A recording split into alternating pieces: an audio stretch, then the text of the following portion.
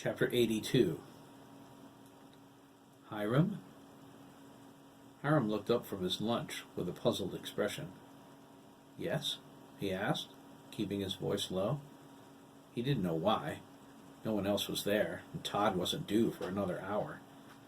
He set his fork on the table. Miss Adler's mind voice replied, I need you. I'm here, Hiram smiled. Another one so soon, he thought, feeling his excitement grow. God, I love this woman. Come outside. I have something for you.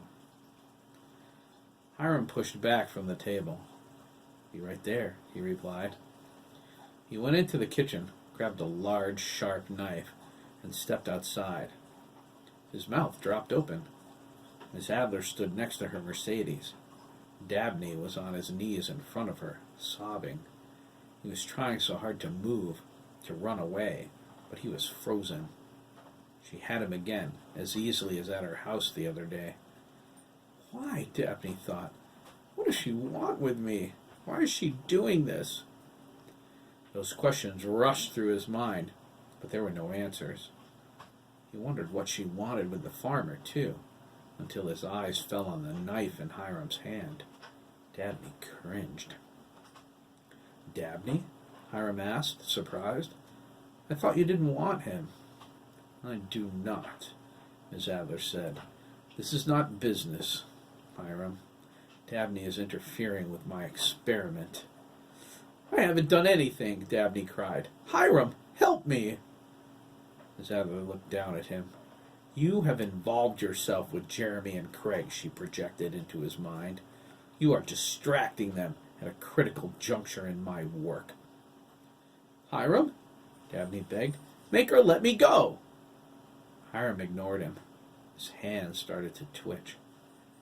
McKee told Ricardo Ramirez, It's only the beginning, I think. Miss Adler nodded. Nothing happens in Lancaster without my knowledge. We will deal with McKee and his friends. Hiram? Dabney asked. He was terrified. Oh, no. What about him?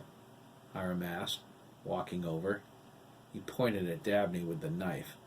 The tip was inches from his nose. Dabney whimpered. Miss Adler's expression darkened. I want to hear him scream. Hiram reached over and grabbed a handful of Dabney's hair. He yanked it with all of his might, and a clump tore free from his scalp. Dabney screamed. Like that? Hiram smiled, shaking the hair off of his fingers. Yes, Hiram, Miss Adler replied. Just like that. Oh, God! Dabney cried. Please, no, please! Goodbye, Master Copeland, Miss Adler said.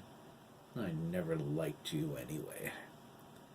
Come on, Copeland, Hiram said. He grabbed Dabney by the hair again and dragged him toward the Victorian. I've been dying to give you the gift for a long time. No! Dabney cried. Miss Adler mentally released him. He kicked and thrashed as Hiram dragged him.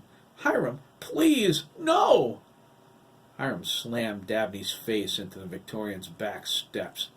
His nose exploded all over again. There was no doubt it broke that time. He was dazed. Hiram pulled him up the stairs and unlocked the back door. He stepped inside, pulling Dabney with him. There was another door in front of them, next to a row of coat hooks. Hiram opened it and threw Dabney inside. It was the stairwell to the basement. Dabney sailed up and then down, feeling his shoulder crack as he struck the thick wooden stairs. He rolled to the bottom, onto the dirt floor below. Basement, he thought, struggling to get his bearings. I'm in a basement. Dabney's broken nose twitched at the stink. He retched. There was an awful smell down here, mixed with the dank odor of old water. It was like nothing he ever smelled before. It was a rotten smell, like meat gone bad, only it was worse, much worse. It was death, the reek of decay. It assaulted his nostrils. He felt the urge to throw up. There was a single window facing the front of the house. Pale light streamed through the dirty glass. His eyes adjusted. He gasped when he saw patches of dried blood all over the room. Holy God, Dabney thought, terrified. He's going to murder me. Oh, please, don't let him do this. I'm not that bad. I'm changing, aren't I? I'm doing good. Please, I have friends. I never had friends before. It can't be like this. It just can't. Oh, Lord, please save me. Please help me. I don't want to die. Hiram lumbered down the steps. The knife glinted in the light. He grew a savage grin as he came closer, but paused and inhaled through his nose. Smell that? Hiram asked. I bring them down here sometimes when I can't use my slaughter hook. The hook's a lot more fun. You should be hanging there right now. He lunged forward and kicked Dabney in the stomach. The wind rushed out of him. He doubled over, gasping for breath. This will do, Hiram said, raising the knife. This will do just fine. Miss Adler waited in the barnyard, listening to Dabney's thoughts. Hiram tore into him, causing him more pain than he had ever known. The voice cried out, "You can't do this!" Miss Adler scowled. The voice came from her own mouth. "You have freed yourself once more?" she asked, easily rectified. She closed her eyes. "I can do whatever I like." A soft glow appeared under her lids. She clenched her teeth, focusing. "He is a threat." "Because he's lonely?" the voice asked. It was her voice, only more feminine. "Because they're teaching him what it's like to have friends?" "Because it is nearly time, and I cannot afford his distraction," Miss Adler snapped. "An old enemy has found me. She can make things difficult for me. I cannot fight this battle on 3 fronts. Her, you, and my work. I must complete my work. Jeremy and Craig must be ready." "I'll fight you," the voice threatened. "You will lose." "Eventually, but at least I'll be able to save him." Miss Adler's eyes exploded with brilliance. "You do this?" Miss Adler struggled. Her face contorted as she fought with all of her will to keep control. "I swear I will lock you in so deep." "No! Stop! No!" "Yes!" Margaret Adler cried victoriously. She opened her eyes that she controlled at last, if only for a short while. They were bright blue. She set her jaw, stiffening up, and fearlessly vowed, "Hiram is not going to murder this boy." She stepped toward the Victorian, her blue eyes pulsating power. She went inside and down the basement stairs. Hiram had Dabney by the neck, beating him severely. His right eye was swollen shut. Blood ran from his lips and nose. Several of his ribs were cracked, making each movement agony. He thought the farmer heard him before, but he never knew what pain was until now.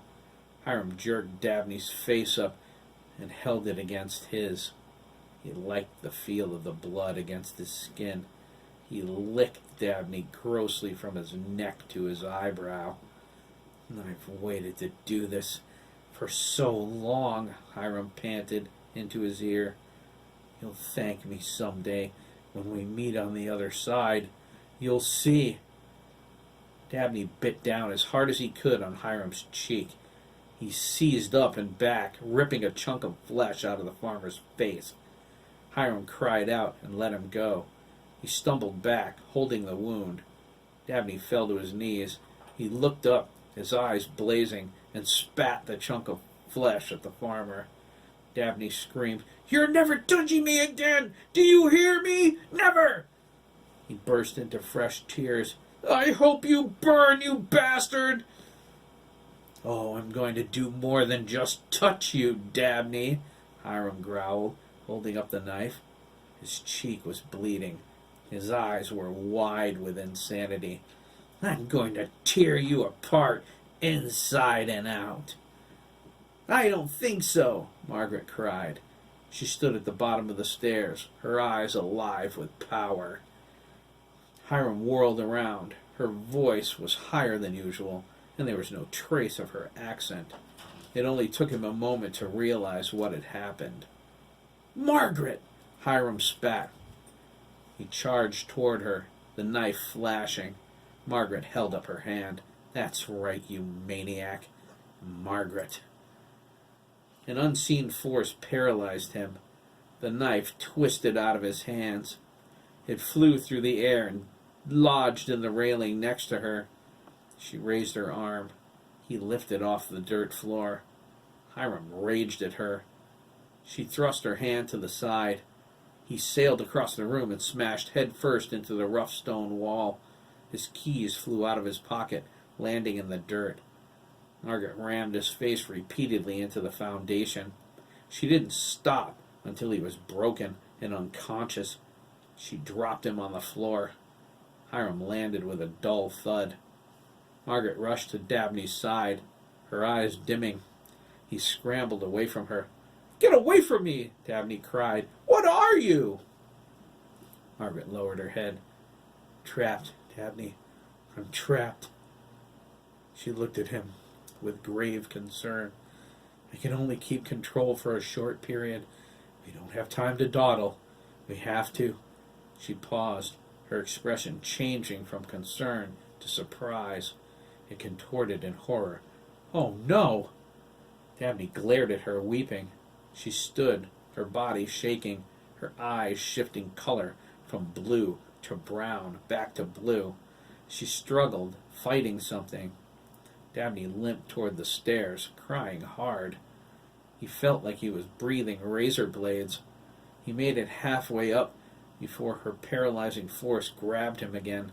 He gasped, wrenched backward. He spun around in midair and floated over to her until he was face to face with the hill witch.